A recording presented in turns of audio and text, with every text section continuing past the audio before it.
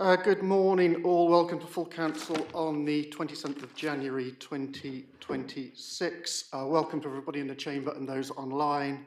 Robert Francis is away today, so I will do my best to try and navigate us through the agenda of the day. Agenda item 1 is declarations of interest. Do I have any, please?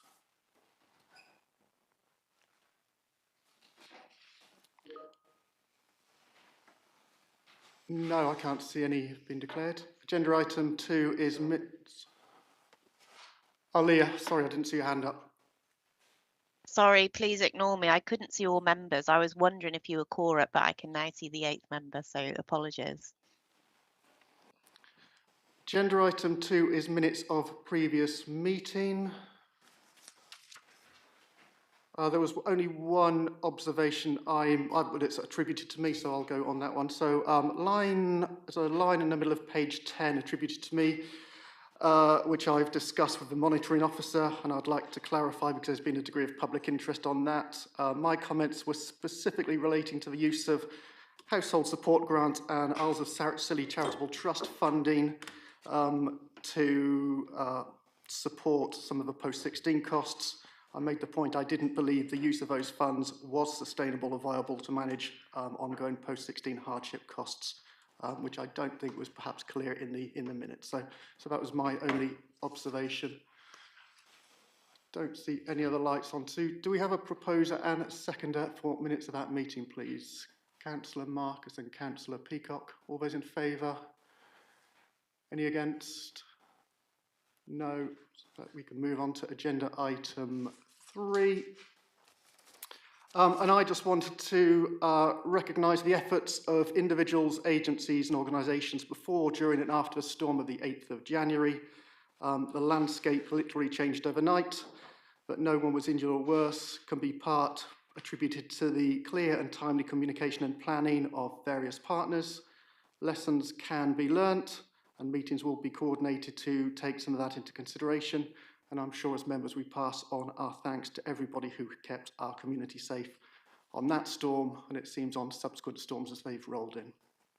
But I've had no other chairman announcements from Robert to share. Agenda item 4, consideration of any questions. I've not received any. Agenda item 5, I have not received any consideration of motions in accordance with Standing Order 12. Agenda item 6, I don't believe we've got any draft minutes from committees to consider. And agenda item 7, I've got no urgent items. So I think that takes us into part 1, which is standing orders, which I think, Leah, you're presenting. I am, Chair. I think the Chief Executive is leaving because the matter relates to how HR matters are to be dealt with in relation to the Chief Executive. So he's just leaving the chamber. He has now left. Thanks, Chair. So at full council on the 16th of September last year, when we were considering the agenda item relating to employee travel and accommodation expenses, one of the decisions made by full council was that the monitoring officer bring updated standing orders back to full council before the end of 2025. Apologies for being slightly late in relation to that timetable. So what this report does is bring those proposed amendments to the standing orders for members' approval. The proposed changes to the standing orders are shown by way of track changes to the appendix, that is appendix 1 to your report. So what the proposed changes seek to do is to ensure that there are clear procedures in place for decision making in respect of both day-to-day human resource matters pertaining to the Chief Executive and those matters determined by the head of HR as not day-to-day human resource matters pertaining to the Chief Executive. So in respect of the first, so your ordinary day-to-day human resource matters, it's proposed in the standing orders that they be dealt with and approved by the head of HR or their nominee in their absence in consultation with a senior officer that is not the Chief Executive, and to take advice as necessary from the monitoring officer and Section 151 officer. In respect of those matters determined by the head of HR in consultation with a senior officer not to be day-to-day human resource matters, it's proposed that a panel of 5 members be appointed.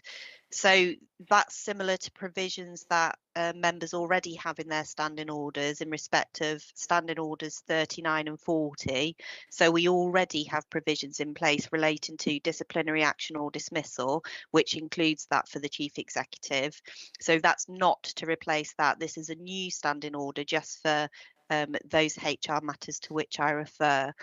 We did take this to Governance Committee on the 15th of January, and Governance Committee did discuss this and proposed to full council that the amendments be approved. One of the conversations we did have was around the appointment of the panel of 5 members and whether that could be done informally. So I did say I would go away and look at that just to make sure the procedures around that. When I've looked at that in a bit more detail, I think there are 2 options open to members. I don't think you can do it informally because essentially it's a committee of council. I think the options before members in respect of that are to either name the members in the new standing order and probably provide them with the ability to substitute just in case they're not available, or to do what we do in relation to standing order 39 already, and that is when we do require a panel, we get full council to appoint to that panel on a case-by-case basis. Happy to take any questions. Councillor Peacock. Just on the point that Leah's just raised, I would say case by case. I think, because again, I think to actually nominate 5 now, unless the item comes up quickly, and I'm not quite sure if that item would come up very quickly, which is what my question is. Yeah. Go on, Sorry. Tom.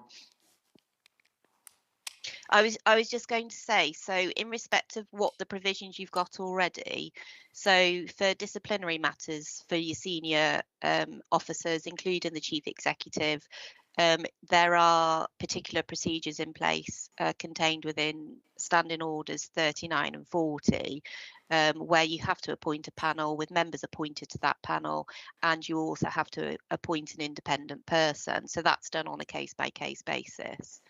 In terms of the other scenario where you appoint a panel of 5 members under Standing Order 39, that's where you're appointing senior officers, and in that case currently you do it on a case-by-case basis. So we tend to bring a report to full council, you appoint the 5 members to the panel, and then we get on, convene the panel, and the panel makes decisions as appropriate. In terms of whether you would need to convene one quickly, I mean, you can't account for every scenario, but generally speaking, what I would say is the day-to-day HR matters, this seeks to make that clear, that's taken on a daily basis by HR.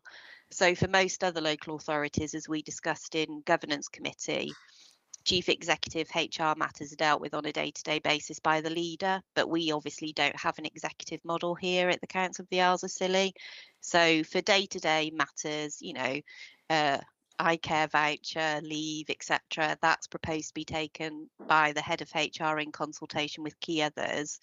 In terms of that, the other HR matters which are deemed to be not disciplinary or dismissal, so don't fall within sections 39 or 40, but are not bog standard day to day, would be few and far between, I would suggest. Thank you. Councillor Marcus. Yeah, I'm happy with case-by-case basis, like Councillor Peacock says, and I think we had a good discussion around this in governance, about 20 minutes or so, half an hour, where we dived into it. So I'm quite happy to propose the recommendations, unless anyone else has got any more questions. can't see any other lights on, Leah. If we go by the case-by-case basis, is the wording in the recommendation as we need it, or do we need to amend it to take that into consideration? On a case basis, it's sufficient just to move the recommendation as drafted. Okay, so I can see no more lights on or hands up. So do I have a proposer and seconder for recommendation 1? Councillor Marcus and Councillor Dean, I think that was. All those in favour? Any against? I think that's unanimous in that case. Thank you. Thank you. Agenda item 9 is Director of Public Health Annual Report, which I think, Katie, you're leading on. I am, thanks very much. Hello everybody, sorry I'm not with you in person, but great to be with you online. Introducing today the Annual Director of Public Health Report. As you may be aware, as the Director of Public Health, I have a statutory obligation annually to produce a Director of Public Health report, and the local authority has an obligation to publish it. The Director of Public Health Annual Report is a chance to shine a light on health issues that are affecting population. And this year we have done a joint report with Cornwall Council to look at child poverty. So child poverty is an issue that is incredibly important, and is important not only to the children that it affects, but to their families and to the ongoing life chances and health outcomes of the children who experience it. And in order to capture that, this year we really wanted to take an opportunity not just to review the data, but also to take an opportunity to talk directly with children and young people and to hear what their experiences of poverty are. So we have a video that we've done with the Five Islands Academy. And Lucy, let me just introduce Lucy as well. So Lucy Walsh works in the Cornwall Public Health team, and it led an awful lot of work on the child. Sorry. Can I just be very rude and butt in? Of course. We're thin on the ground for chorusy this morning, and we're also time limited by some members. Yeah. So we had a conversation before the meeting kicked off and just said, just for transparency, we had this report at Health and Wellbeing Board, and the video was played there. I think Councillor Peacock, Councillor Mumford and myself were there, which was an excellent video. We liked it, but I'm very conscious that I don't want our agenda to be thrown out by time. So would it be possible to share that video again with members so they can watch it outside the meeting, but also allow us to just move through the agenda? Would that be possible? Of course, yeah, absolutely. The video is available online. We can share the link to that so people can watch that in their own time. I'd suggest that you do. They are your children. It's their voice, their experience, but absolutely at a time that's most appropriate. So, Lucy, would you mind just putting the slides up, and Lucy will now take you through the slides just to give you a sense of what the report said. Do you want to give us an idea of how long you'd like us to take if the agenda's a little pressed, Joel? The last thing I want to do is limit the discussion about poverty on silly. I know it's a huge issue for almost all of us, whether it's fuel poverty, transport poverty, other sorts of poverty. So I don't want to diminish the debate. I'll give you 6, 7. Oh, I don't want to say 6, 7. Oh my God, slipping into a meaningful amount of time, Katie. Okay, so Lucy, if we can just present the highlights, because obviously all of the detail is there in the report for you to read, and then we'll open it up to questions. Lucy, over to you. No problem. So I just, sorry. Right. Thanks, everyone. I hope you can see that. I'm just checking if I share with sound. But so I will just run through. These are just some headline slides. But just as I said, I'll share all the links to the reports and all of the videos. But as Katie mentioned, this was a report between Cornwall Council and the Council of the Isles of Scilly. And obviously, Public Health have that statutory duty. But we also did this in conjunction with the Directors of Children's Services for both councils. I won't go through all this data in detail. I think the one thing to highlight is that we are always aware of a slight challenge around presenting data for the Isles of Scilly to ensure the most important thing is that we protect the identity and we protect the make sure that it's anonymous and unidentifiable. So we do absolutely put a note on that data. And again, this is what's really kind of challenged us is to make sure that, yes, the numbers reflect and give us an insight and start to shape our thinking. But what we're finding even more important is that we're hearing from babies, children, young people directly. So the qualitative insights, so the voices, the stories, the experiences, and that has been our key focus. So I'll go through those. So absolutely, this report has a lot of numerical data, which, as I said, has been broken down where possible to make sure that we are have a parity across the Isles of Scilly and Cornwall. But a big part of the report was to reach out into our communities to get a sense of the lived and the living experience of living in poverty, and really to actually question, what does poverty mean? We have a number of definitions at a national level, at a global level, but what does poverty mean to our babies, children, young people and families? And so we were absolutely privileged to work with a variety of voluntary community sector organisations who already have phenomenal relationship-based, brilliant kind of connection and rapport with babies, children, young people and families, and to utilise that to make sure that the conversations were safe, that they were sensitive and that they were very much trauma informed, which is absolutely what we always apply to our work. And we were very overwhelmed by the creativity and the innovation that came in terms of what we would call qualitative data. It's not just words, it moved beyond that. Also to highlight, we did do a survey of practitioners. So by that we mean anyone who's working to support our children and young people. So that varied from teaching assistants to health visitors to youth providers. So it really to get an insight of what's their perspective as well. And so, yeah, as I said, the beauty was that we had such a range of mediums in the way people communicated their experiences, their thoughts and their feelings. And this is all documented in the report with an online gallery as well, because we had so much content. We wanted to ensure that it was fully shared. Just a very quick snapshot there of some of the artwork. We had poetry, some phenomenal audios as well. And again, that real commitment to listening and letting them guide us in what's the things that we should be highlighting, both locally, and we've been highlighting this nationally as well. And so obviously we have a chapter in the report which focuses on the Isles of Scilly, and absolutely there are some very common themes across Cornwall and the Isles of Scilly in terms of the rurality and the coastal challenges, but absolutely there's some really unique and nuanced challenges for the Isles of Scilly that we have explored in detail, and there's more to explore, things for us to further maybe some focus groups to really explore around our children who move to the mainland for their for their college education or further education. Lots of challenges around food and fuel, and I absolutely appreciate this will not be new news to you, but we also have this kind of an evidence base of other islands have these same challenges, but what we've been able to do is really ask your residents their opinion, their thoughts, and compare that with the evidence base.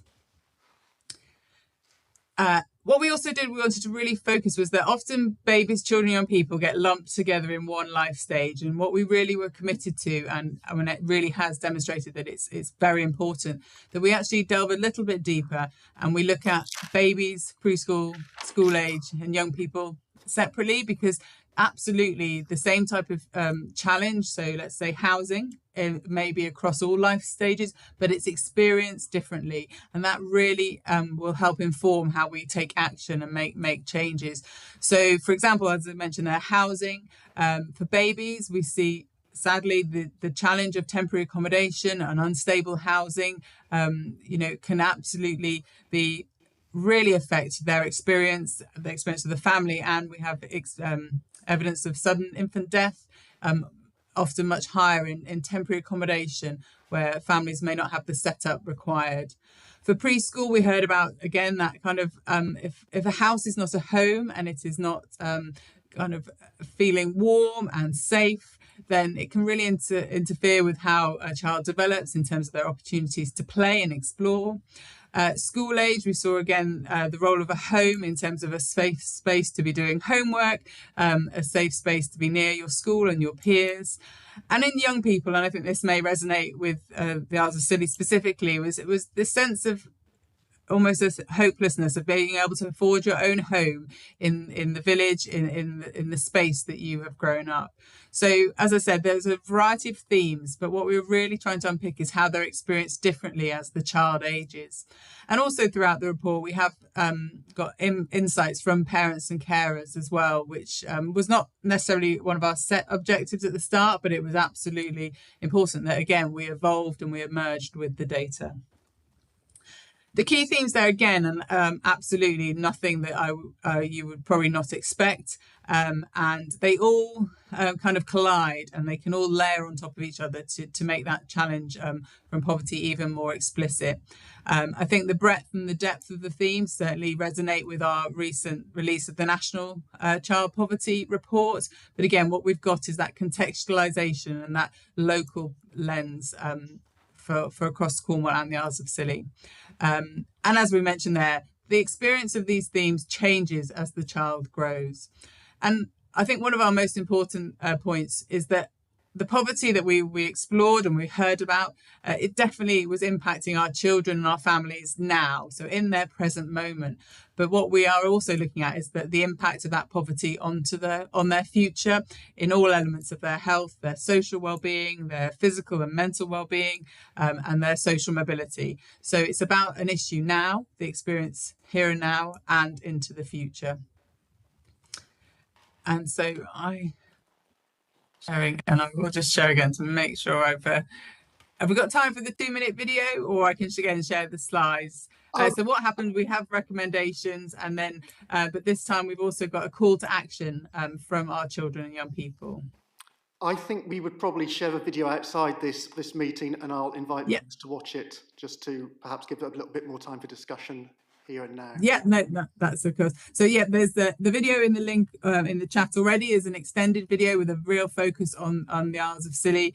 And as I said, the other video which I'll share is the call to action, which is worked with children and young people to create this open letter to really emphasise what their thoughts and feelings are as well. And also in the report, there's a set of recommendations, which again we acknowledge are quite general, but what we would be looking at is that the next steps are to refine them and to be really linked into what your local priorities and opportunities are. So yeah, welcome any questions. Thank you, Lucy. Thank you, Katie. As I said, I don't want to diminish the time we spend discussing child poverty, but I don't think we're going to have a great deal of time today. So I'm just thinking out loud. We have a series of sessions where members come together and have conversations. I wonder if we could perhaps schedule something in due course in the not too distant future to look at child poverty. I'm just very conscious that it is a spectrum of inputs, and we've got lead members from housing, from transport, etc., from adults. Perhaps we could spend some more time in the next month or so with you, Lucy and Katie, to dig deeper. But for now, over to John Peacock. Just one thing I want to check. So on page 57, it says for strategic leaders and policymakers, which I assume it does. It says establish a local multi-agency child poverty task force. And I just want clarification in my own mind that we get a seat at that table, and this is not a Cornwall thing, please. Bearing in mind this is a Cornwall report, because I'm always very nervous when I see the words task force and then Cornwall run with it, and then, oh, Isles of Scilly are kind of lumped in the background as a sort of afterthought in the past. I'm not saying it's going to happen this time, but I just want to highlight that, please, at this point. Shall I come back on that? Yeah, Councillor Peacock, absolutely. I mean, it is very much a joint report with Cornwall Council. We had obviously both directors of public health, but also your previous director of children's services was very involved in the production of the report. And we had people from the Council of the Isles of Scilly in all of the kind of working groups as well. So Cornwall Council will have a task group. There's a decision to be made, I suppose, whether that's joint or whether we would rather have a focus group for the Isles of Scilly, and whether we combine that with the work that's been happening around the Children and Young People Plan, because there's an enormous amount of work that has been going into the Children and Young People Plan for the the Isles of Scilly. I've been involved in that group, and I think we actually could pick up quite a lot of this work for the islands within the Children and Young People Plan. I don't know if Sue's on the call, Sue Ross. I don't know if Sue has any opinions around that, but we've been factoring some of that in as we've been working, just to sort of try and collect it together. Sue, can you hear us? Yes, I can hear you. Sorry, my camera's going flicking on and off. I don't know quite what's what. Yes, I totally agree, Katie. I think it does need to be. It's such a helpful analysis, which can run all the way through the Children and Young People's Plan that, as you know, is going to be published quite shortly. So, and we have a members workshop coming up to discuss the children's plan and the link into the corporate plan for the council. So this is very timely from our perspective. Yeah, I just want to make sure that we get reports back on this as well, as this report just doesn't sit in a vacuum. So I guess all that reporting back and scrutiny and monitoring will be part of the Children and Young People's Plan, and that will come to Health and Wellbeing or full council or even scrutiny itself. Is that correct? Yeah, I'm very happy to take an action to look at how this work aligns into the work of the Children and Young People's Plan, so that I do think you should be taking those jointly, and that feels like the right way to do it, is to put it all in one place. Councillor Blackwell. Thank you. Thank you, Lucy, Katie. I thought this was very much a Cornwall focus report. Of the 70-page document, just 2 pages, 49 and 50, are dedicated to Scilly. So it kind of feels like it was a missed opportunity to distinguish how rural Cornwall and how remote Scilly differ from each other in terms of causes of poverty. And this could have been a much more thorough explanation for the islands. I know under the heading Young People Transport to College, there is a quote which states, "It's going to get up to £200 a year for me to go to college." Well, we have obviously a bit different over here, and I know Scilly parents would be incredibly thankful if that was all they had to pay. Just one question, will this document be used by government to help determine funding for the Isles of Scilly?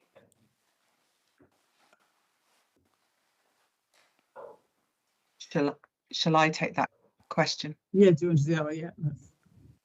Yeah, go ahead, Kate. Sorry, it's really hard to see the room. I'm so sorry. It's hard to read whether you want me to pick that up.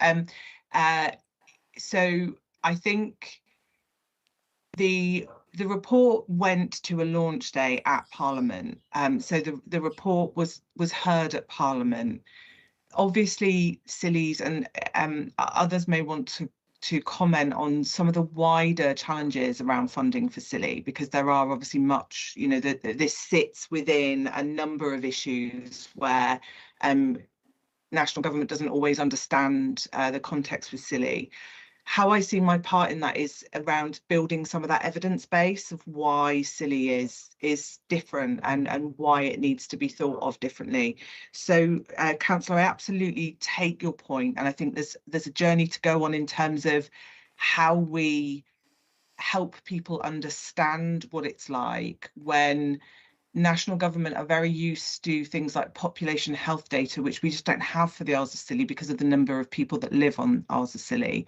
So it's very difficult to use the metrics that government are used to considering these things about to tell a proper story for what it's like on the Isles of Scilly.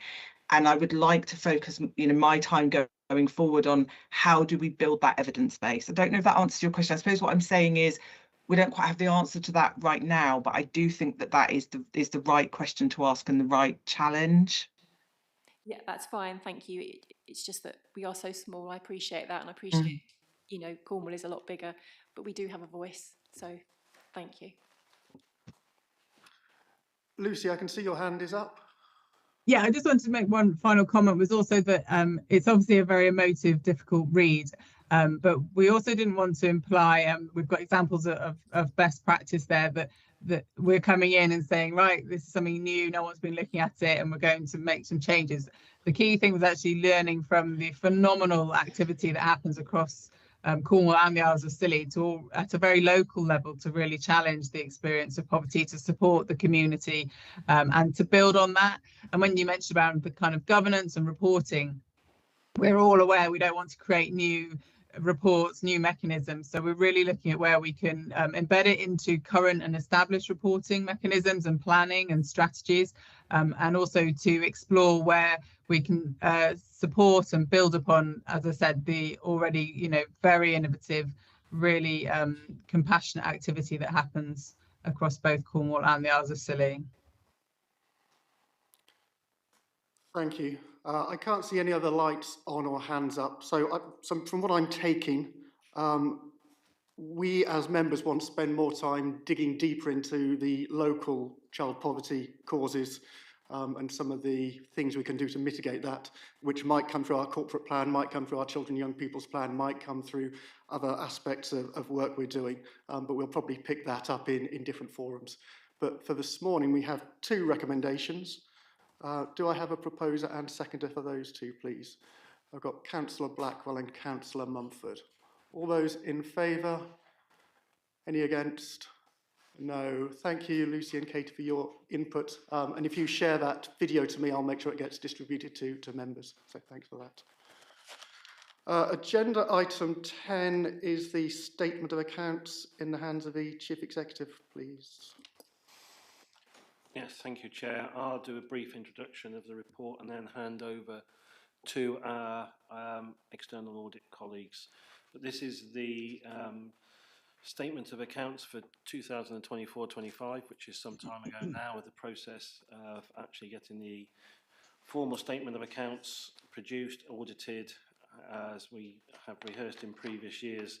Takes a considerable time. There is a backlog in the country nationally, which is preventing this being done on a more timely basis, but there are plans nationally to try and address that going forward. So today we're bringing forward the report with the 2024-25 accounts. Attached to that are some other documents that you have to approve as part of that, which include the annual governance statement, the statement of accounts themselves. Then there's the external auditors audit findings report, which gives you a commentary on how robust they think that statement of accounts is. And there is the letter of management representation that we'll need, again, approving, that will need signing by the chair and myself. And finally, the Grant Thornton have their annual audit report. I think, just in summary, the statement of accounts, the external auditors are going to give a clean opinion on those, so that's a good news story, that the statement of accounts is a good reflection of our actual financial position.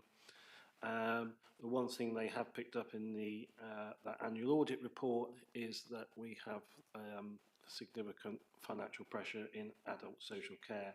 I think members are well aware of that. We have briefed members several times on that during the last 3 or 4 months, so that shouldn't be a surprise that they have red flagged that as an issue that they have concerns about. At that point, I'm going to hand over to colleagues in Grant Thornton, David, Beth and Lisa, I think it is, if I hand over to them, and I'm not sure which order they're going to present in, but they will then give you their report, their assurance on our financial positions. Thank you, Russell. If it's all right, Chair, I will kick off, but I see that Leah's got her hand up. Sorry, Chair. So I just want to wait for Councillor Sims to come back into the room, which he is doing now. Thanks. Perfect. I shall continue. So good morning, everyone, and thank you for having us today to present the outcomes of our external audit work for the 24-25 financial year. So we're here to present 2 reports to you. The first is the audit findings report, and the second is the auditor's annual report. If you're in agreement, Chair, I'll take them one at a time so that we can separate the 2, because they are quite distinct responsibilities that we have. So if we start with the audit findings report, Across both reports, we will take them as read. We'll set out a few key elements for you, but we acknowledge that some of the content is quite technical, so we're very happy to take any questions that you may have. The headlines are set out on pages 124 to 129 of the supplementary pack. This is a really useful summary for members of the key outcomes of the audit.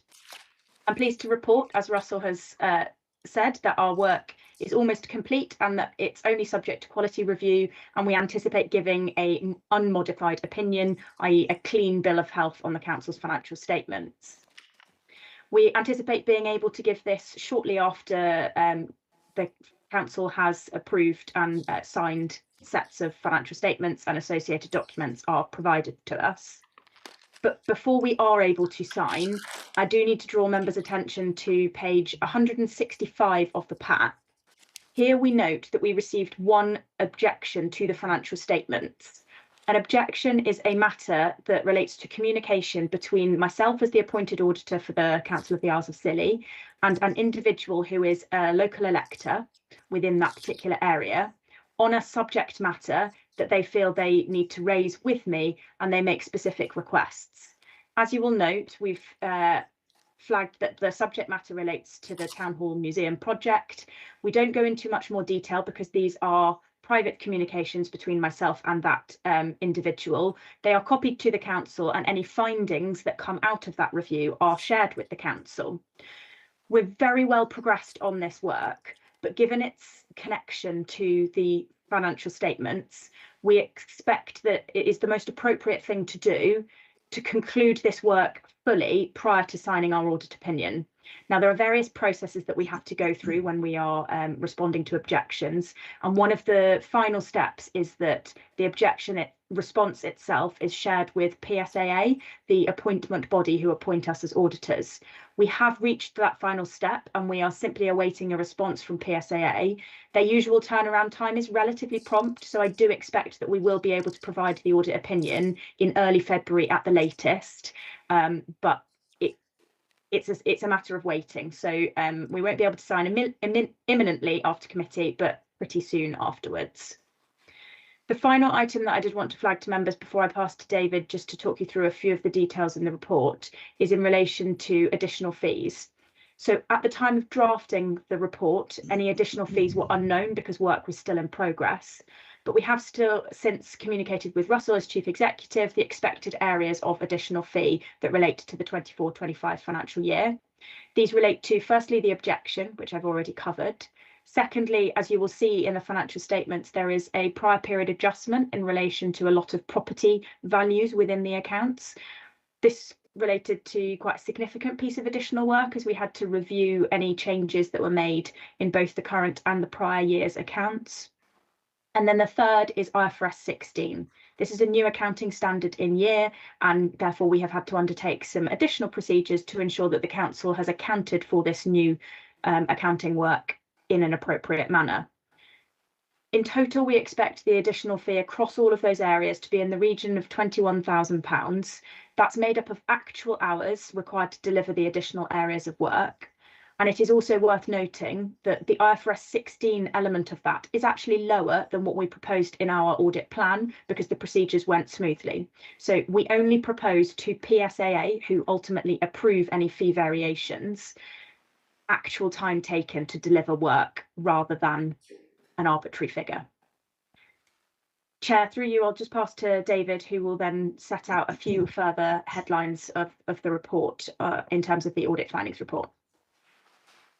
Yeah, thank you, Beth. Good morning, Chair. Good morning, members. I'm conscious of the time, as we heard earlier in the meeting, so I will endeavour to be brief, but we're happy to take any questions on this. And apologies in advance, as always, for the length of the report. It is quite a weighty tome, as they say, and this is because these are matters that auditing standards require us to report to you as those charged with governance. You may recall that we came to you in May with our audit plan for the year that set out our risks from both a financial statements audit and a value for money perspective, and this meeting draws that to a conclusion. So I'll talk you through the accounts audit and the audit findings report, and I'll then hand you over to Lisa, who will talk you through what's known as the auditor's annual report, which covers the value for money aspects of our work. We set out on page 124 some outstanding items at the time that this was written, and as Beth said, those have now been completed, subject to any quality assurance. David, can I just ask, can you speak up a bit, please? I think we're struggling to hear you in the chamber. My apologies. I'll just try and turn up a little bit into it. Just bear with me 2 seconds.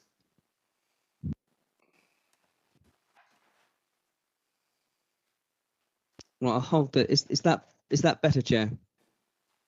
Much better, thank you. Okay, thank you, everyone. Yeah, apologies, everyone. Hopefully you can hear me now, and it's not too deafening for those of you that are in the council chamber. So I was just saying that our work has now been completed, as Beth's saying, pending any quality assurance reviews. On page 134, we set out our progress against the key risks within the audit, and again you'll see from that that everything has now been completed and that it's green dots across the board, which is why we're able to issue an unqualified opinion from a financial statements perspective.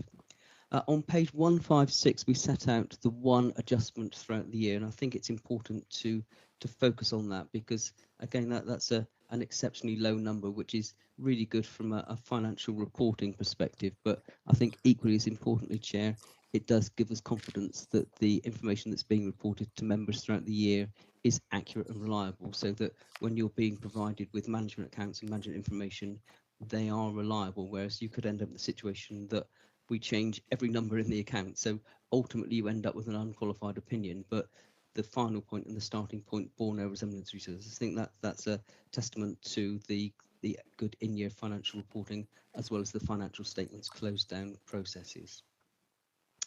There were no unadjusted errors within the financial statements either. So again, that, as far as we're concerned, that demonstrates a good commitment to financial reporting.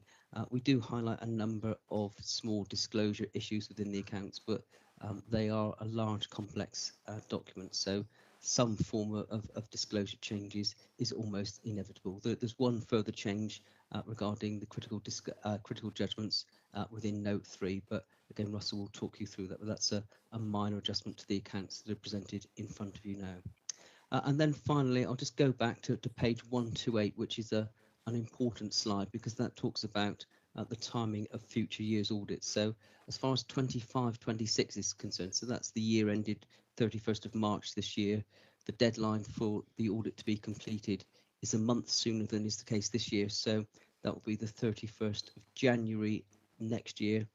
And then the following year, so the year ended 31st of March 2027, that goes back 2 months. So that will be the 30th of November 2027, which is 3 months ahead of the deadline that we're working to now. So within that 2-year period, 3 months are trimmed off the audit completion process. So again, that represents a significant challenge moving forward for both local authorities and external auditors as well. So that's all I wanted to say on the audit finance report, Chair, but we'll be happy to take any questions in terms of the contents of the report, which I appreciate is detailed, or if there's any wider observations or comments on the external audit process, we'd be happy to take those as well. Thank you. I'll open it up for comments.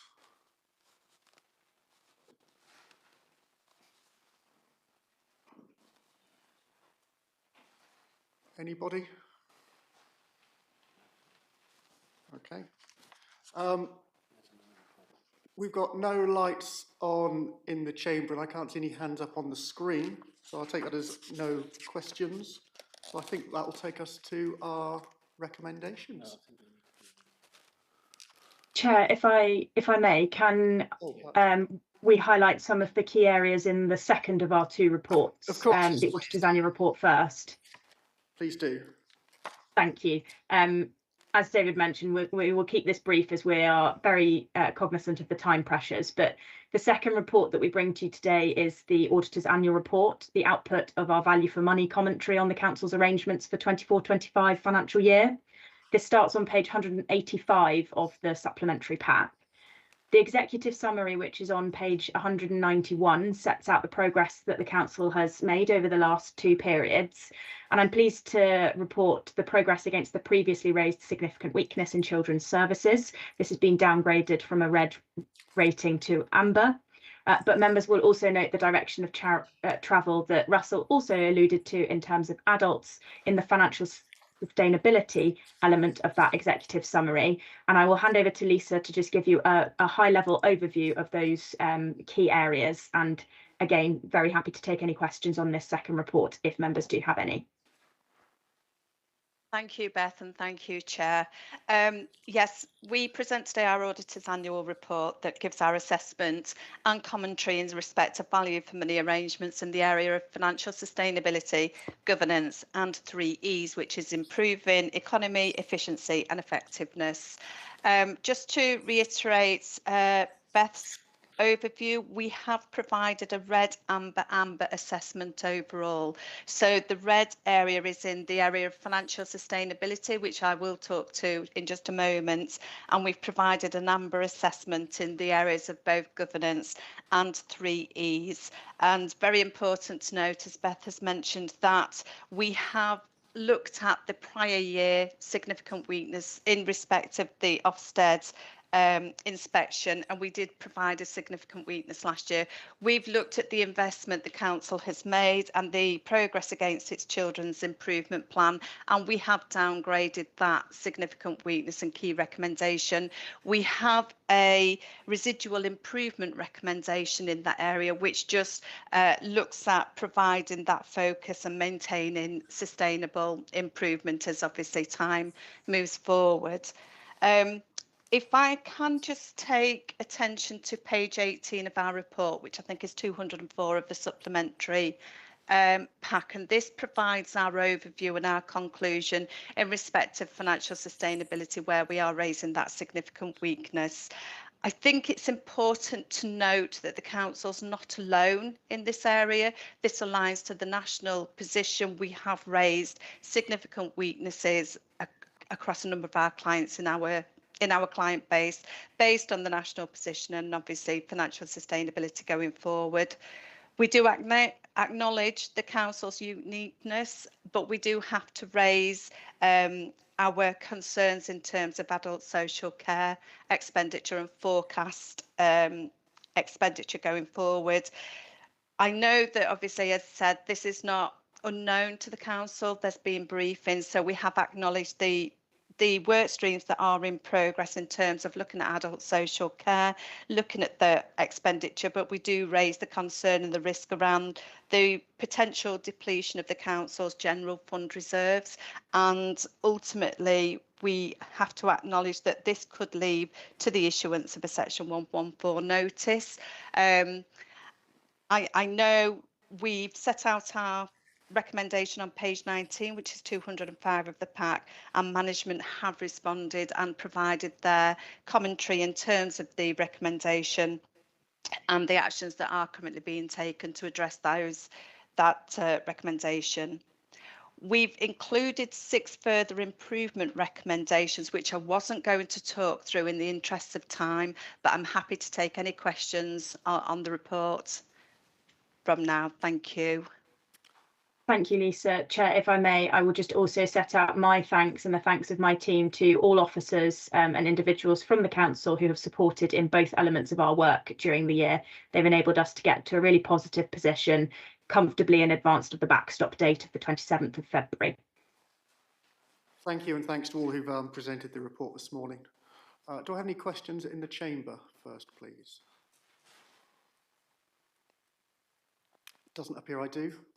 Don't appear to have any questions or hands up, so I think we'll move to recommendations. Are we happy to take the 6 recommendations en bloc? Do I have a proposer and seconder for the 6 recommendations before us? Councillor Sims and Councillor Nixon. All those in favour? Any against? No, I think that's unanimous. Thank you very much. That went smoothly. We move now on to agenda item 11, and I'm under the impression, Leah, you have some words to say about that report.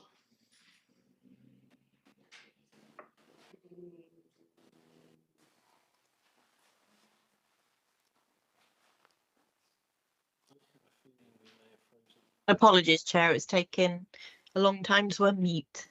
Yeah, so I think Russell's going to come in terms of explanation to members as to why there's no report against this agenda item, and then procedurally I would inform members that if you were going to, and I think you'd have to because there is no report, to withdraw the item from this agenda, somebody would need to propose second and then it need to go to the vote.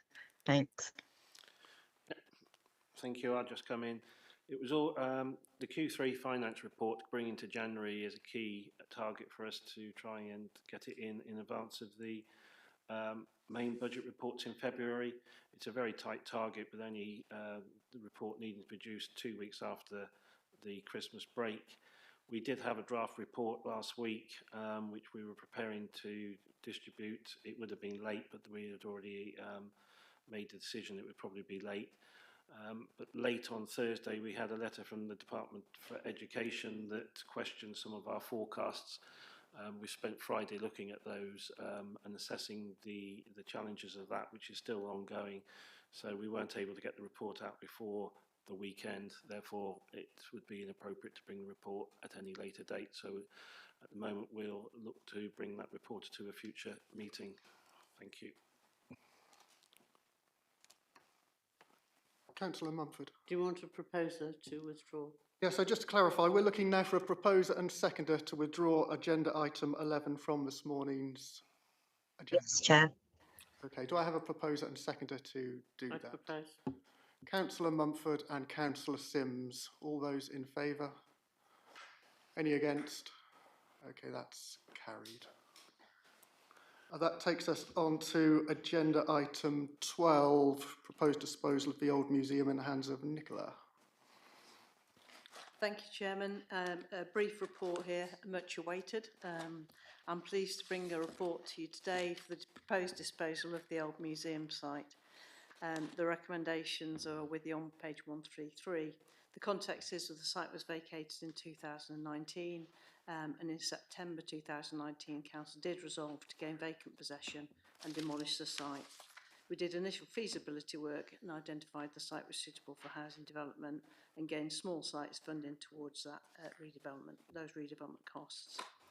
The options, and our preferred option is for housing in terms of use, but at its current point in time, the Council has insufficient capacity to take the site forward. So the preferred option now is to test the market and take the site for sale on the open market. To achieve that, we will need to take account of the policy context, the financial regulations, the acquisitions and disposal policy, and that assessment is set out in this report.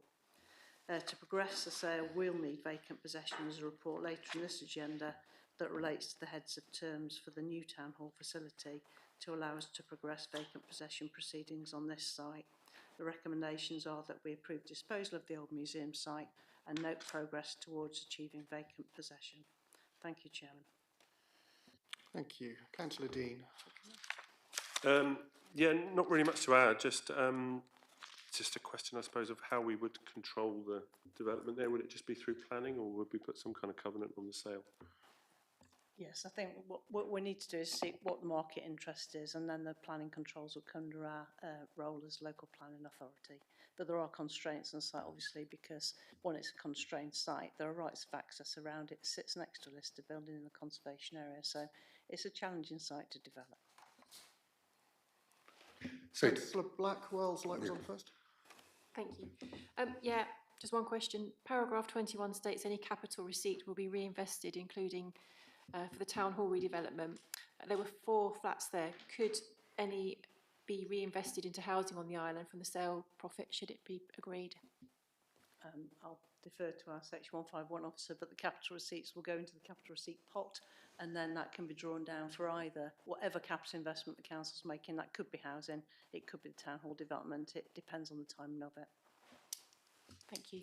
Yeah, we have a policy that we pull all capital receipts essentially to fund the capital programme in its entirety. We will do that. We do have said that we are underwriting some potential costs at the town hall with the use of capital receipts. That's why I think it's commented on in the report. Just thinking about process, so once we agree to this, once this is passed, the next time we really have any control of this is planning, because this is the agreement to dispose of the lease. Okay, thank you. Councillor Sims? Thank you. I think it's a shame it's disposal of, but given the circumstances at the moment, and I'm quite pleased I lived long enough to actually to see us reacquire the asset in the first place. It's taken a rather long time, but I'm damn sure I wouldn't live long enough to see us actually build something ourselves on this site. So I think this is advisable, the best way forward. Thank you. I can see no more lights on or hands up. So if we take the two recommendations together, do I have a proposer and seconder, please? Councillor Dean and Councillor Nixon. All those in favour? Any against? So that's carried unanimously. Thank you very much. Agenda item 13, new care home heads of terms and fit out costs, is you again, Nicola. Thank you, Chairman. So this relates to the new care home facility at the integrated care site at the hospital. The context was the council have already approved the business case in December 23 and again in January 24, when more details were provided. The new facility is critical in retaining the care facilities on the island, and it fits well with the rollout of the integrated neighbourhood team approach to healthcare. It's now nearing completion and handover is expected next month. So to do that transfer, the lease is required to be signed, and also we need to fit out the facility to make sure it's suitable for our use of the site. I've set out in the report the key points in the heads of terms. None of it's changed significantly since we last discussed it, other than there has been some discussion about whether a rent would be required to be paid for the facility. Now been informed that there's no rent will be charged to the council because the grant has covered the cost of the provision of the site. The requirements in the heads of terms set out the use, which is to provide care services on behalf of the inhabitants of the Isles of Scilly, and the heads of terms need updating in relation to the number of years. So it's a 60-year lease, which is based on the lifetime of the modules. We need to re-provide the 4 bed spaces in our redevelopment at Park House as part of that scheme, and that will be subject to a separate report around that lease, which will come to you in due course. We need to cover the ongoing facilities and management costs based on the floor space that we are taking at the entire facility, and that will require some funding from revenue to ensure we have sufficient funding for ongoing normal facilities costs. In the past, we haven't done that on a cyclical basis, and so there is a requirement to uplift the cost in relation to the running cost of the building by what I've calculated at this stage to be around about £51,000 a year. To maintain momentum, I'm seeking delegated powers to conclude the heads of terms and to progress the lease to allow the transfer of the site in due course. In addition, we needed some setup costs because the initial project did identify the relocation, but it did not identify the relocation costs. So things like buying new beds, fitting out the kitchenette, providing secure boundaries to the courtyard area are all required to be funded by the council as part of the care facility provision, and that will require us to use £100,000 worth of prudential borrowing. So the recommendations in 2 parts. One is to note the key points of the draft heads of terms and to give delegated authority to myself and others to conclude the terms of the transfer. The second one relates to the approval of the £100,000 towards initial setup costs, and that will require an uplift in the capital programme. And just thirdly, to note the estimated additional budget requirements for the operation of the facility through the facility management costs. So they're the recommendations on page 139 of your report. Thank you. Thank you. Councillor Sims, your light is on. Yeah, this all seems eminently sensible. I just wanted querying paragraph 14. One assumes that the existing first floor accommodation on the hospital, which will be transferred to SWAST, won't happen until Park House is suitable, because otherwise they're going to just turf a load of nurses out and they've got nowhere to live. The timing of it won't sequentially work because obviously we need to redevelop Park House before it can be re-provided. So there will be a gap, so they'll be looking at the private rented sector to meet that need in the short term, or using hotel accommodation or bed and breakfast to meet that immediate need in the interim. So it's going to, yeah, well, that's what I was hoping you wouldn't say. So it's going to add to our kind of housing burden. Okay, thank you. Councillor Peacock, I think you were just before Councillor Blackwell. Yeah, just paragraph 12. I just remember sitting here talking about the museum and why did we lock ourselves into a 60-year lease on the museum. This is somewhat similar. It's not as directly similar as that because we don't actually own the building. I just wanted to highlight to make sure that all members are happy that by signing this lease that we are signing up to a 60-year requirement to have a care home at that location. Yeah, just to respond to that, I have queried that and I will do through our solicitors when we go to discuss the heads of terms. But the current stance from the CFT as owners of the building is that the lease has to be for the full 60 years, which is the lifespan of the units, because they would not take on that risk. So basically the health sector have provided us with a care home, but they're not prepared to take on that risk. Councillor Blackwell. Thank you. So I know the recommendation is to borrow £100,000 from the Prudential. Is that the Prudential as in the loan company? Is that how that refers? No, it's the Section 1 officer can reply, but it's Public Works Loan Board that would do potential borrowing, or we can go to the market, whatever's cheapest. So we'll be looking at the most competitive market rate for us to borrow at. Thank you. Right, so the recommendation is to borrow £100,000. How many years is the £6,000 repayment planned to be for? It would be based on the way that we do it. We put the capital borrowing over the length of the total length of the whole assets that we've got in the whole council. So it would be based over 50 years. 50 years. Okay, thank you. My second question. On page 141.10 states there are some fit out and related project management costs that need to be budgeted for. So presumably that's the £100,000. So could you give a rough estimate of what percentage is for fit out and what percentage is for management costs, please? So the project management costs are around about £6,000 to £7,000. Okay, thank you. Councillor Marcus. Okay, just to get it clear in my head, we've got a 51k uplift from Park House in comparison to the new facility, and a 6k interest payment on the 100 grand to loan it. So we've got an uplift of 57k for the new facility, and we're not paying rent on it. Is that correct? So there's no rental charge. This is just for facilities and maintenance. Okay, which, okay, I just wanted to get that sort of in clear and highlighted. In terms of IT fit out as well, more than happy to help do a sanity check on that, third sanity check or fourth sanity check or whatever, just to make sure you're getting a really good cheap deal. Thank you. If I just come back on the IT, that's a coordinated approach through the NHS and the Cornwall Council IT systems, so they'll be networked through. So those discussions are ongoing as part of the commissioning work. Okay, well that sounds expensive, unfortunately.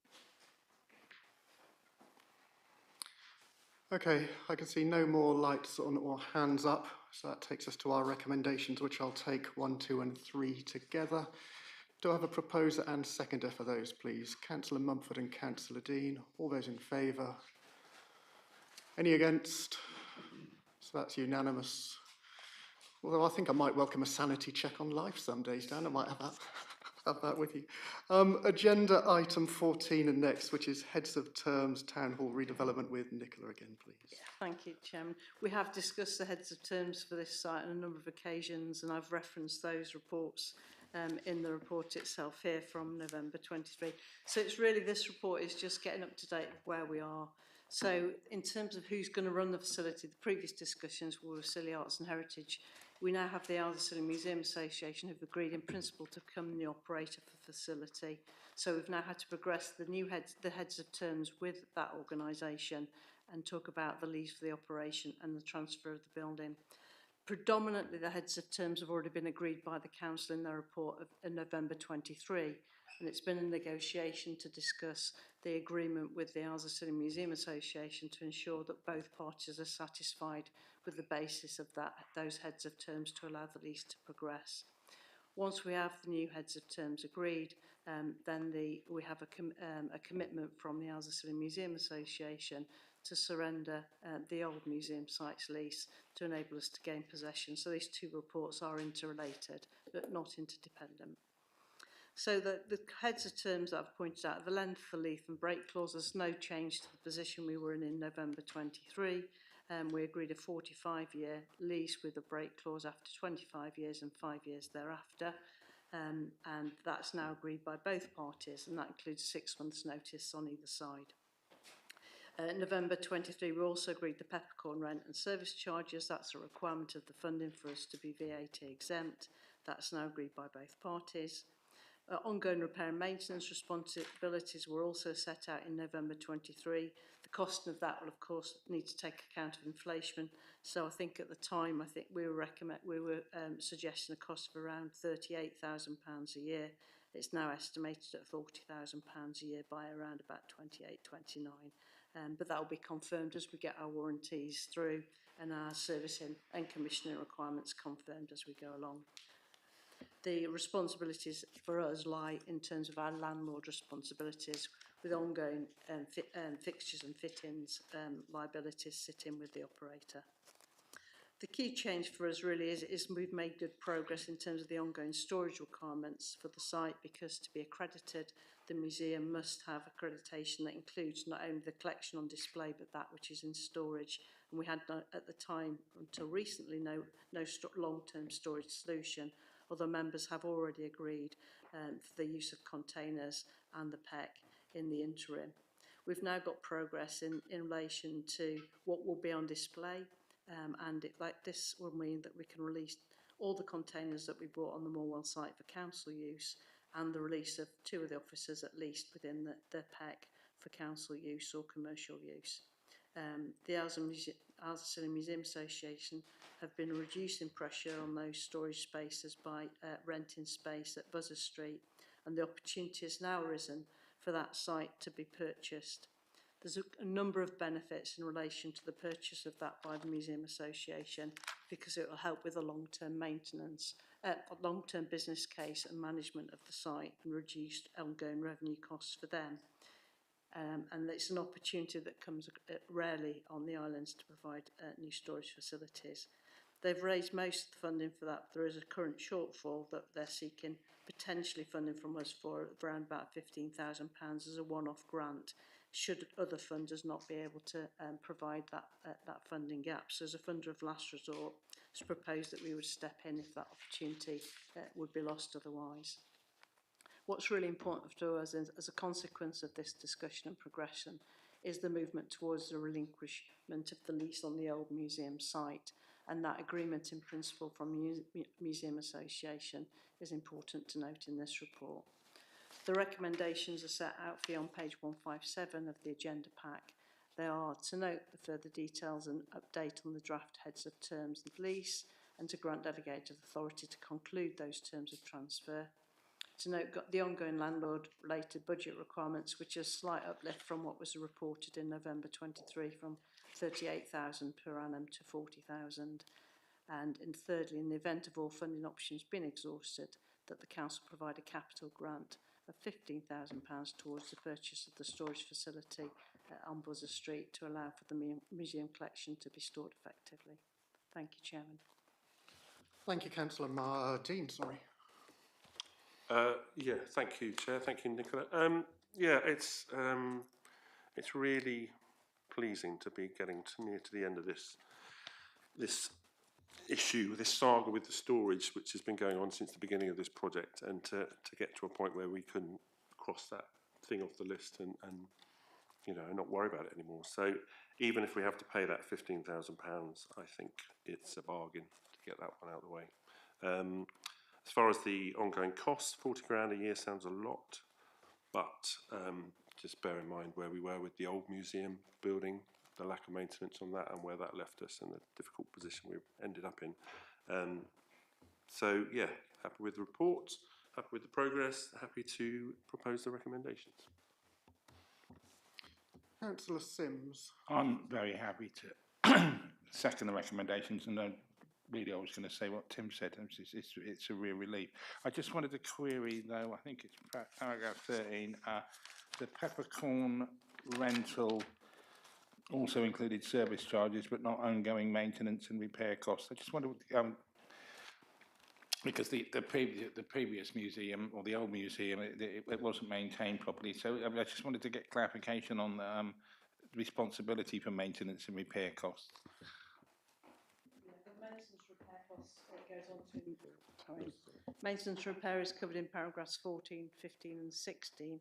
So what I'm saying is the peppercorn rent and service charges won't be charged, but there will be charges in relation to ongoing repair and maintenance. So basically paragraph 15 sets out that we're basically responsible for the fabric, but you know, in terms of internal repairs for their fixtures and fittings, so they've got some knocks and bumps and scratches on the internal decoration, that'll be their responsibility, and that'll be padded out through the lease. It'll set out clearly that it's a repair and maintenance lease, and we as a landlord will take on those responsibilities for the building, the external fabric of the building. Councillor Nixon. Thank you, Chair. Just a couple of questions on recommendation 3. Obviously, the Museum Association are expected to try and secure additional funding.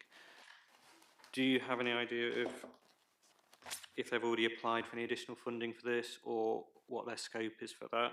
And then, as a secondary question, regardless of whether we provide the funding or they find it, if the sale of Buzzard Street falls through, sells someone else, do we have a plan B?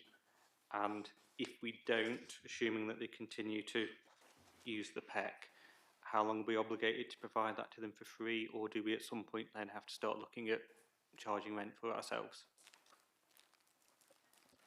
Okay, I don't just go into any part 3 issues here, but basically in terms of funding options, there are ongoing discussions with existing funders around what opportunities there might be, and some of those avenues have been explored at the moment as we speak. In terms of what the plan B is for storage, we would have ongoing obligations as set out in a previous report, I can't remember which date, to maintain the existing provision until alternative provision is provided. So we're obliged to carry on with the existing arrangements. Councillor Peacock. Yeah, just on that point, the use of the PEC. Are we, obviously our long-term goal would be to get the PEC back for our own use at some point, rather than continuous storage. Unless, my question to you are, so not knowing the layout of the PEC, are the 2 rooms they currently use, are they of high value to the council in the PEC as it stands at the minute? Just bearing in mind, we might want to redistribute staff, for example. Yeah, there are the 2 rooms that they'd like to use for ongoing purposes were not rented previously. There was no history of rental on those units, and in particular what was fitted out as a kitchen was never rented commercially. There was no interest in the market. So whilst those rooms were available, they hadn't previously been occupied. So to the best of my knowledge, we had no commercial interest in those units previously. So if they get Buzzer, are we getting the PEC back? Those rooms in the PEC back? So there are 4 rooms in the PEC that are currently used. 2 would be returned to the council. The request is to keep the Baxter Reading Room and the old kitchen for storage because it's a useful workspace for repair and maintenance. And are we going to charge rent for those? It's an ongoing obligation. Okay. I don't just stray into part 3. But no would be the short answer. Otherwise, what you're doing is then you're going to add on to the sustainability issues around the business case. So the assumptions in the business case to ensure that the Museum Association have got a going concern is that there is no rent on those units in accordance with existing agreements with the council. So they wouldn't pay any maintenance costs for those rooms or anything like that. So we're effectively giving them another subsidy. Council taxpayers are funding those storage areas in the long term. I would suggest that we put a time limit on that, and that I just want to make sure that we're not seen as we are the funder of last resort, but that is the last resort, is the actual last resort. That the Museum Association go out and get private funding and make sure that they are as focused on that funding as possible. I am working with them to help them access funding, as are our funders. I think it unrealistic for us to expect any rental income until it's a going concern, and there's a substantial amount of recycling of income against expenditure. So it's something perhaps the council could review in terms of any rental costs when the business becomes more secure. But most businesses going into a new operation for a museum and cultural centre would not expect to turn a profit or be able to recycle income for the first few years of the operation. And for that very reason, that National Lottery have given them that £250,000 grant towards the initial operational costs. So I think it's something that would need to be reviewed further down the line once the operations become more established and the income's more secure. Which is why I put a time frame on that rather than just saying do it now. So, but thank you. Councillor Blackwell. Okay, quick question. Will the council's financial interest in the building, talking about the buzzer storage, be noted legally as part owner should the grant be approved today? No, the intention was, we did look as an option of whether we should become part owner as a sort of shared equity, but that would give us ongoing landlord responsibilities for repair and maintenance. So the cleanest way to do it would be a grant. So it's a clear cut, a grant from the council to the Museum Association. We've got no ongoing repair and maintenance obligations for buzzer. Thank you. Thank you. So we've got 3 recommendations. I think Councillor Dean proposed and Councillor Sims seconded from memory. All those in favour? Any against? Any abstentions? So that's carried. Thank you very much. Unfortunately, Chair, I've got to leave. I've got a prior appointment. Yeah, can you just hold a minute, Councillor Marcus? We just need the monitoring officer to come in because we might need you here to suspend the meeting. We're getting a horrible feeling if we need to be quiet to suspend the meeting or something, I think.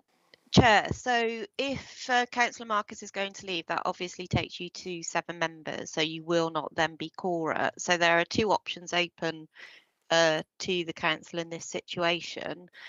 One is to seek to suspend quoracy from 8 to 7 for the remainder of the meeting.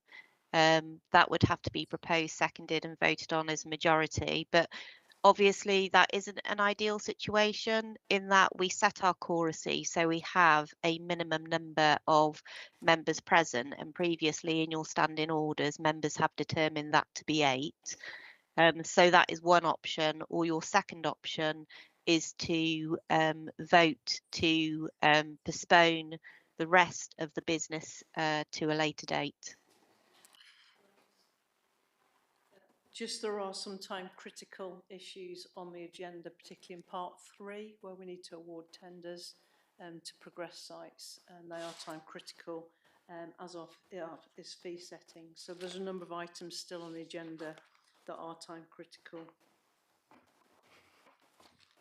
Can I therefore propose that we perhaps drop, in this extremely situation given the unpleasant weather, which we couldn't be foreseen, and the fact that there is no availability for off-island councillors, that at this point we pass the resolution to drop down to 7 for this meeting, but making a note that we need to be more forceful to ensure that members attend. And this is a one-off scenario.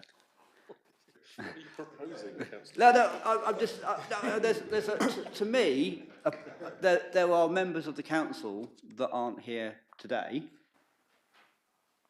And there are no members of the council. I don't want to go into names and pointing and everything else. We've had a proposal to suspend our conventional choracy rules to allow business to continue. I'll second that proposal. Councillor Dean is seconding Temporarily that. suspend it, yeah. All those in favour of that, please show hands. Any against? Any abstentions? So we've got agreement within the chamber, Leah, to continue business with choracy suspended. Yep, so that's made under 1.2 in your standing orders, where you've suspended standing order 27 from choracy of 8 to choracy of 7. So you can now proceed with the remaining business. Can I, before we do that, just check, has anyone else got any time constraints that might limit them being present? I'm trying not to go to the loo desperately, so, okay. I think that takes us on to agenda item 15, if I haven't lost track of where we are, which I think is in the hands of Rebecca. Steve, before Rebecca talks, your lights on. I just wanted to, I'm just curious, if you had a situation where you need to suspend choracy, but you're not chorus, you can't, can you? Yes, I know. No. Yeah, it's just, yeah. So, yeah. So it's, yeah, so. Just weird time loop thing.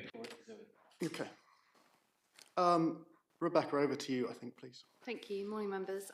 So this report presents to you the proposed fees and charges for the Council's commercial waste subscription service for 26-27. It's been necessary to bring this paper to Council ahead of February's budget meeting due to the need to communicate the cost changes to our customers in advance. Just to remind members that this service includes the collection and disposal of commercial residual waste and recycling collected by the Council at the curbside on St Mary's and St Martin's and disposed of on the off-island waste management site. That's in the purple sacks and the reusable recycling containers. Income from the commercial waste subscription service is required, obviously, to ensure the Council recovers its costs for running the service, which cannot be subsidised by the Council. It has been necessary to increase costs for this service for 26-27 due to increased costs in waste management contracts, and also because Council hasn't yet been able to achieve the savings as intended through the collaboration agreement with Cornwall Council. The Council's medium-term financial strategy makes the assumption as a move towards full cost recovery for trade waste, and that a mix of increased charges and reduced costs will be needed in future years to achieve full cost recovery. Officers are continuing to work towards reducing service costs. It's hoped the Council can enact the collaboration agreement as soon as possible with Cornwall Council, so the reduction in disposed of residual waste and recycling can be achieved. We're also seeking opportunities to make savings through the mainland waste haulage contract and the potential subsequent tender process. Officers are also working to scope delivery of a food waste recycling service to help reduce costs for waste disposal, and some savings are likely to be made here, although full costs are yet to be fully understood. So Council is really in a position where costs are required to be increased to cover the increased service costs and inflation rise for 26-27 financial year. And rises still may need to continue in subsequent financial years until full cost recovery is achieved. Thank you, and happy to take any questions. Councillor Peacock, please. Yeah, I know obviously there's maybe, well, I haven't worked out the percentages. There is a slight increase in the costs that the community are going to be facing due to this decision, but I am confident in what Rebecca said about reduction of costs, and I'm also aware that we need to make sure that this service washes its face and that we are not subsidising it. So bearing that in mind, I would happily propose the recommendation. Councillor Dean. 2 points, one good one, one bad one. The first one is I'm really pleased it's come this early in the year, because one of the biggest complaints I heard was last year was that the fees went up too late for the management companies of holiday lets to adjust their prices. So that's really good that that's come early. Thank you very much for that.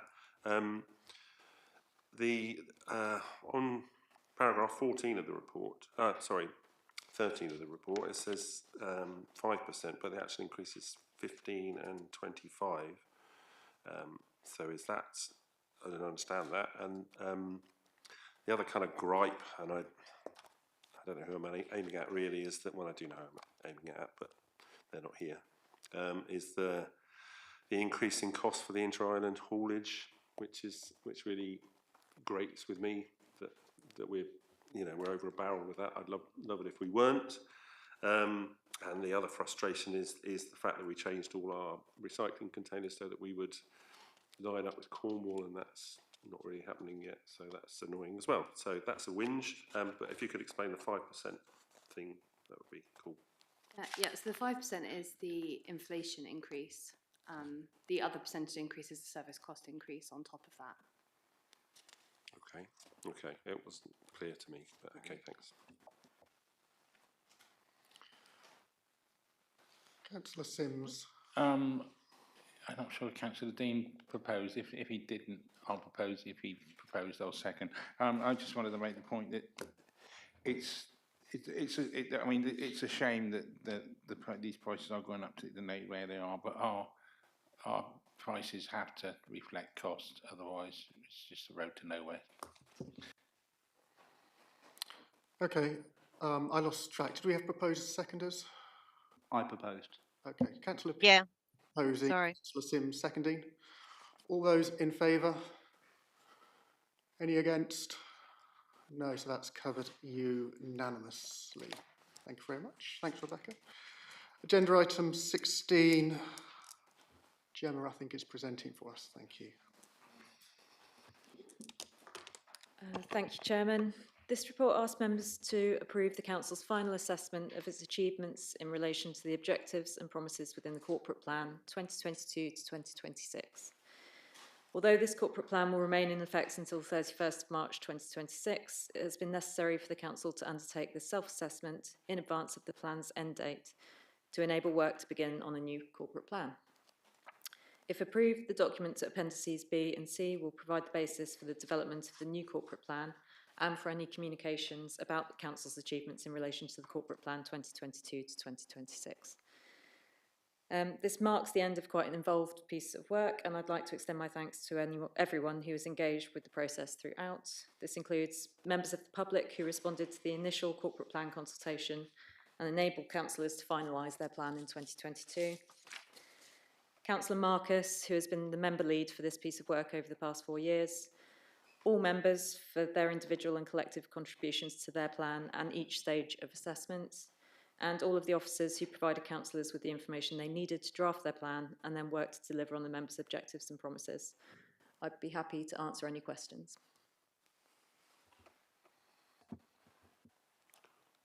Councillor Dean. No question really, just thank you very much, Gemma. It's some good news, some bad news in the sum up, but it is what it is, and we move on to the next one. So I'll propose the recommendation. Thank you very much. No further discussion. Again, I'd extend our thanks to you, Gemma, and also Councillor Marcus, who's had to leave us. So we've got a proposer and a seconder.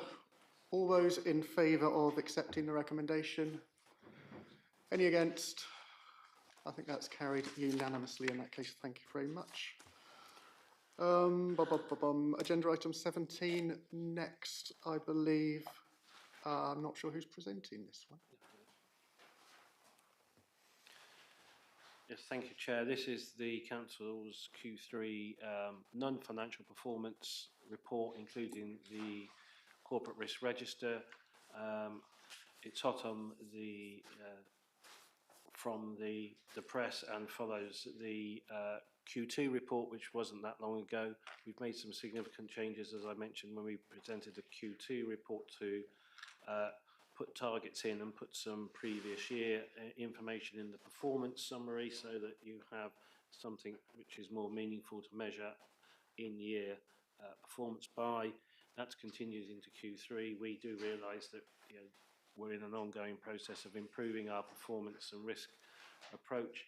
The risk register has also been shortened somewhat to reduce the narrative that goes back several years to bring it more focused on the current position, and you'll see that all risks have been reviewed within the last 3 months, I think, or if it is, it's only a fraction over the 3 months, so it's performing well in terms of our monitoring of the risk register, and the council performance data is there for you to look at, and obviously if you've got any questions I will try and respond to those with the officers that are available today, or if not you can take up with your with the relevant head of service outside of this meeting. Thank you. Councillor Mumford, your light is on. Sorry. I assume your light's still on, Avril, but I'm assuming it's not supposed. Okay.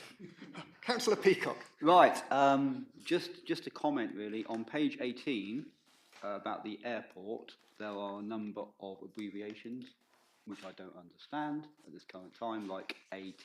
I don't want to be told now, but can you make sure moving forward that when abbreviations are put in, we have a glossary so we can understand what our FSS and AD and ATS and everything else means, please? Yeah, will do. Councillor Blackwell. Thank you. So our identified risk for financial and economic sustainability scores red 12, which is quite bleak. And it says without government intervention, the council will be unable to maintain financial sustainability, which is rather worrying. Is there any news from the government regarding our finances? Discussions with the government are ongoing at the moment. We had the provisional settlement literally the week before Christmas, which we've assessed. We have gone back to central government with a number of comments and queries, which we're waiting for a response before the final settlement in about 2 weeks' time. We are putting a lot of pressure on through local politicians, i.e. our MP, and the chair, who is not here today, is working furiously behind the scenes to get a meeting with the local government minister or the Secretary of State, which we're hopeful will be next week when he's back, and he's back in the country, so we're hopeful he will be able to meet the key government ministers to try and get our position across. But yes, at the moment their support for us is still less than we would require to be fully sustainable. Thank you. Fingers crossed. I could see no more lights on or hands up, so we'll go towards the recommendations. We've got 3 recommendations. Do we have a proposer and seconder for those, please? Councillor Sims, Councillor Nixon, all those in favour? Any against? That's unanimous and carried. Thank you very much. So to my knowledge, that now concludes part 1 of the agenda. We have 2 part 2 reports and some part 3 reports. So I think I read the paragraph next to agenda item 20, that under section 100A4 of the Local Government Act 1972, the public be excluded from the meeting for the following items of business on the grounds that it involves the likely disclosure of exempt information as defined in paragraph 3 of part 1 of schedule 12A of that act, as amended, being information about the business affairs of particular persons.